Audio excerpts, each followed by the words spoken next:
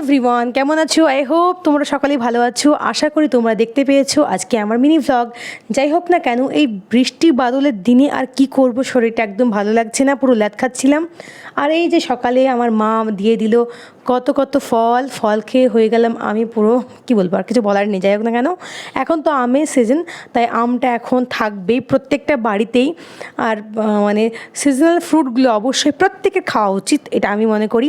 যাই হোক, ফল খাওয়ার পরে আমরা খেলাম গরম লাল লাল রচা, মানে লাল চা আর কি। লাল চা খাওয়ার পরেই সারা দিন জুড়ে যে হারে বৃষ্টি হচ্ছে, বৃষ্টি দেখে মনে হচ্ছে যে বাইরে হয়তো কোথাও বেরোতে পারবো না। কিন্তু এখন তো যেহেতু রেনি সিজন, মানে বৃষ্টি সময়, ইচ্ছে হলো যে একটু খিচুড়ি খাইতে। মাকে বললাম, মা আর অন্য কোনো কিছু না করে সোজা খিচুড়ির দিকে যাই। তো মা কী করলো, ঠিক আছে যেমন কথা তেমন কাজ। মা বললো আজকে কী করবো, খিচুড়ি। আমি বললাম যেমন আমরা অ্যাজ ইউজুয়াল খেয়ে থাকি, সবজি খিচুড়ি। সে সবজি খিচুড়ি মা বানালো, আর আমি তার মাঝে বাচ্চাটাকে একটু আদর করে নিলাম, আমার বাচ্চাগুলিকে। আর এই যে দেখো, পাতলা খিচুড়ির সঙ্গে ছিল কালকে বরের নিয়ে আসা মিষ্টি, রূপালির মিষ্টি। আরেকবার আমি প্রমোশনটা ভিডিও করে দিলাম, না জাস্ট ফর কিডস। যাই হোক না কেন, যাই হোক দেখো, এই যে পাতলা খিচুড়ি খেলাম, আর খিচুড়ি খেয়ে মনটা যে এত ভালো হয়ে গেল। আর এইখানে এই ভদ্রলোক খিচুড়ি সমানে খেয়েই যাচ্ছে, আর আমি ওকে জিজ্ঞাসা করছি, বলো খিচুড়ি কেমন লাগছে। সে বলছে, সত্যি শাশুমার হাতের খিচুড়ি ভালো না হয়ে আর যায় কোথায়। যাই হোক, খিচুড়ি খাওয়া দাওয়া হলো।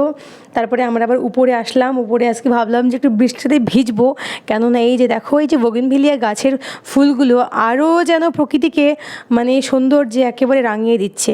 দেখতে পাচ্ছ কি সুন্দর, পুরো বৃষ্টিতে ভিজে গেছে পুরো বাড়ি গ্যাস, চারিদিক পুরো ঠান্ডা হয়ে গেছে, আর মনটাও আনন্দে নেচে উঠেছে।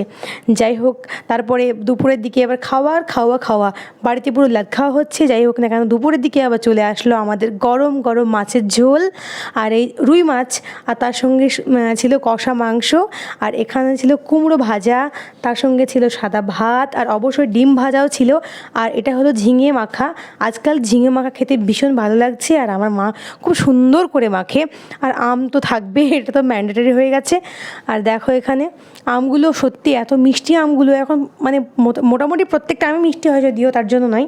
তো দুপুরে আমাদের এই যে মাখা একটু কষা খাওয়া, যেটা খাবারটা বেশ লোভনীয় ছিল, আর খেতে মানে খেয়েও কি খুব তৃপ্তি হয়েছে দুজনের। আর সঙ্গে একটু করে লেবু নিয়েছিলাম, খাবারটাকে আরও জমিয়ে দিয়েছিল এক লেবু। তো তোমাদেরকে আমি সাজেস্ট করব, তোমরাও কিন্তু দুপুরের দিকে তোমাদের থালাতে লেবু অবশ্যই অ্যাড করো, মানে লাঞ্চে, ঠিক আছে। যাই হোক না কেন দেখো, আর মাছটা সত্যি এতটাই ভালো মাছ ছিল। তারপরে সন্ধ্যার দিকে আমরা একটু বিকেল দিকে ঘুমিয়েছিলাম। তারপর সন্ধ্যা হতেই মা এসে নক করতে লাগলো। মা আসলো কিছু বাটি ছোলা নিয়ে, ছোলা ডাল মানে মুগ ডাল আর কি। তারপরে ছিল টোস্ট বিস্কিট আর গরম গরম চা খেলাম। চা খেয়ে মাকে করলাম টাটা, মা নিচে চলে গেল। এবার আমাদের আবার রাতের খাবার পালা। তারপরে আর কি বৃষ্টি একটু থেমেছে। যাই হোক, চারিদিকে সুন্দর কিন্তু একটা অন্ধকার ভাব। তারপরেও বলবো যে না, ভালো লেগেছে, যেহেতু ঠান্ডা ছিল, ওয়েদার ঠান্ডা আছে আর কি। আর রাতের দিকে কি করব এই ভাবনাতেই পাগল হয়ে যাচ্ছিলাম। হ্যাঁ, তাই দুজনের জন্য দুটো করে ডিম পোস্ট করে নিয়েছি। আর অন্যদিকে হচ্ছিল দুধ গরম হচ্ছিল। আর এই করতে করতে লাইট চলে গেছিলো, অনেকক্ষণ ধরে লাইট আসার কোনো সম্ভাবনা ছিলই না, কিন্তু থ্যাঙ্কফুল লাইটটা এসেছে। যাই হোক না কেন, এই যে দেখো ডিমগুলো সুন্দর করে ভাজা হয়ে গেল। ভাজা মানে কি, এটাকে তো পোস্ট বা যাই হোক না কেন। এবার চলো রাতে কি খায় তোমাদের সঙ্গে শেয়ার করে যাই এক এক করে। সারাদিন তো এটা অনেক কিছু শেয়ার করলাম, এবার রাতে খাবারটা তোমাদের সঙ্গে শেয়ার করে আজকের মতো ব্লগটাকে এখানে এন্ড করে যাই।